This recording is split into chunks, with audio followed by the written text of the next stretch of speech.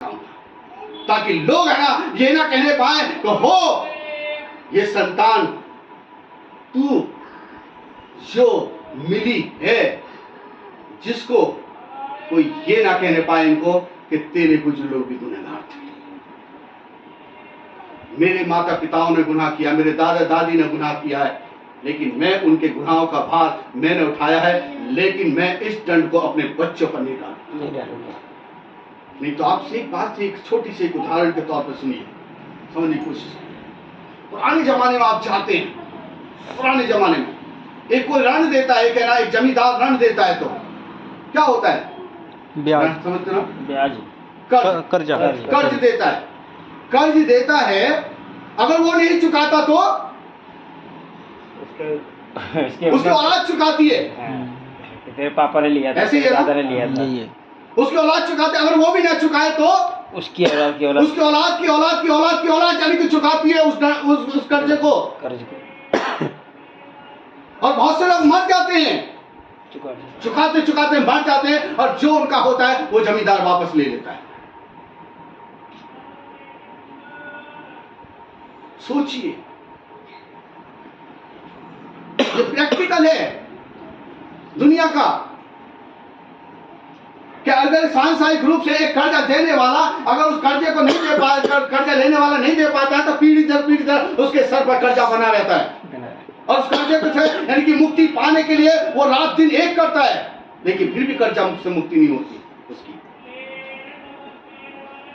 तो सोचिए, एक गुनहगार माँ बाप ये जानने के बाद कि हाँ हमारा परमेश्वर क्षमा करने वाला और दयावंत परमेश्वर है, और फिर भी अपने बच्चों को यानी कि उस राह पर नहीं चलाते, तो उसका दंड जो है पीढ़ी दर चलता है। आशीष अगर पीढ़ी दर चलती है तो दंड भी पीढ़ी दर चलता है, और आने वाले समय फिर उसका भुगतान किसको भुगतना पड़ता है? आने वाली पीढ़ियों को, क्योंकि वो लोग मर जाते हैं। ऐसा लिखा है न्यायियों की किताब 2 अध्याय उसके 10 पद को पढ़िए, निकाल रखेंगे इसको, न्याय की किताब 2 अध्याय उसके 10 पद पढ़िए जल्दी से।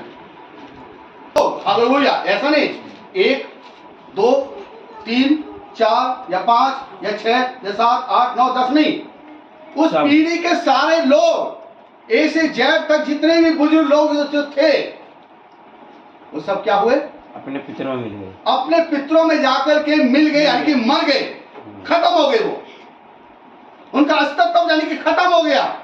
लेकिन जो जनरेशन को जिसको छोड़ करके गए, हालेलुया, जो इस जनरेशन को यानी कि जिस औलादों को वो छोड़ करके गए हैं, जो अपनी गैर मौजूदगी में उनके जाने के बाद जो रह गई हैं, उन्होंने क्या कहा है सुनिए उनके बारे में। तब उसके बाद जो दूसरी पीढ़ी हुई, उसके लोग ना तो यहोवा को जानते हैं, और ना ही उस कामों को, उन कामों को जो परमेश्वर यहोवा उनके बीच में उनके मध्य में रह करके करता था। अब ये काम किसका है बताने का? माता पिता का। अगर उन बच्चों को ये मालूम नहीं है कि परमेश्वर यहोवा ने कौन कौन से काम किए हैं, तो ये काम माता पिता का बताने का। तो सबसे बड़ा दोषी कौन है? माँ बाप। यहाँ बच्चे दोषी नहीं है, यहाँ पर माता पिता दोषी हैं, उनके बुजुर्ग लोग दोषी हैं, उनके खानदानी लोग दोषी हैं, उनका पूरा कुटुंब दोषी है। और फिर कहे यानी कि हमारे तो बुजुर्ग लोग बहुत ज्यादा धार्मिक लोग थे। हाँ भाई धार्मिक तो थे, लेकिन ऐसे धार्मिकता में थे जो गुनाहों का बोझ तुमको उठाना पड़ा। और ऐसा परमेश्वर ऐसे लोगों से अपने आप को छुपा लेता है, ऊब जाता है,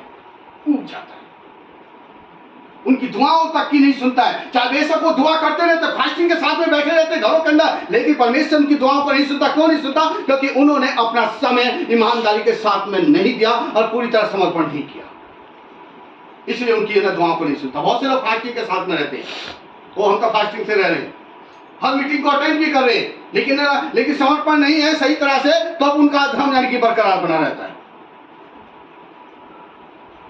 उस पीढ़ी के लोग मर गए और उनमें जाकर के मिल गए, लेकिन दूसरी पीढ़ी आई, न तो डर जानते थे न भय मानते थे, क्योंकि जो काम उसने किए थे। इसलिए निर्णय का लिखने वाला और आगे कुछ कहता है, पढ़िए। न्या हाँ नमया, पढ़िए जल्दी से। ये बानी हम्म, कदमील स्थान पर खड़े होकर खड़े होकर दिन के एक पहर तक अपने परमेश्वर यहोवा की एक पहर तक अपने परमेश्वर यहोवा के व्यवस्था की पुस्तकें व्यवस्था की पुस्तक को पढ़ते पढ़ते। और एक और पहर और सोचो कि 6 घंटे तक, एक पहर 6 घंटे का कहलाया जाता है, तो इसका मतलब 6 घंटे तक उस व्यवस्था को पढ़ते रहे वो लोग। पढ़ते रहे। काश परमेश्वर हम पे तरस खाए, काश परमेश्वर हम पे अपना अनुग्रह करे, काश परमेश्वर हम पे अपनी करुणा करे, काश परमेश्वर हम पे दया करे।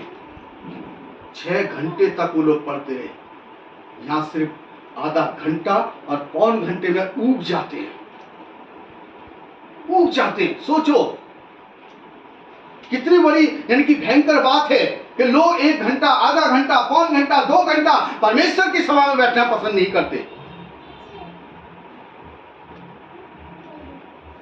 अभी जब मैं नेपाल में था, जिन्होंने ट्रांसलेशन किया पास्टर गोविंद ने मेरा, नॉन स्टॉप 4 घंटे तक हम खड़े रहे। Hallelujah, hallelujah. मुझसे तो कहा नहीं उन्होंने कि मैं थक गया, लेकिन मेरी बेगम को बोले 4 घंटे तक खड़ा करा रखा, मेरी पिंडलियों में दर्द हो रहा है। खड़ा करवा के रखा। मैंने कहा यानी कि आपको 10